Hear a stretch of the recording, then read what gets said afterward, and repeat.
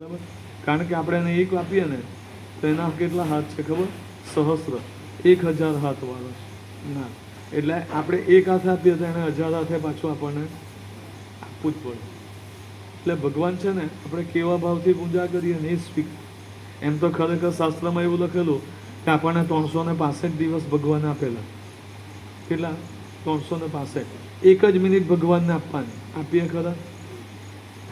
સવારના નાહી ધોઈને પહેલું ભગવાન પાસે બેસવાનું, પછી ગેસનું બટન ચાલુ કરવાનું, પછી બધું રાંધવાનું. પણ આપણો મનુષ્યનો અવતાર છે, બધાને ઉતાવળ. કારણ કે આ એવું છે કે અત્યારે અહીંયા છે તો કાં પહોંચી જાય, પેલા ત્યાં શું કરતા હોય એમ થતું હોય. બરાબર ને? એટલે ભગવાન છે ને આપણા ભાવના ભૂખ્યા છે. ભગવાનને એમ નહીં કે આ મને આ જ જોઈએ ને પેલું જ જોઈએ. બરાબર, એ તો બધું આપણને લખી આપેલું છે.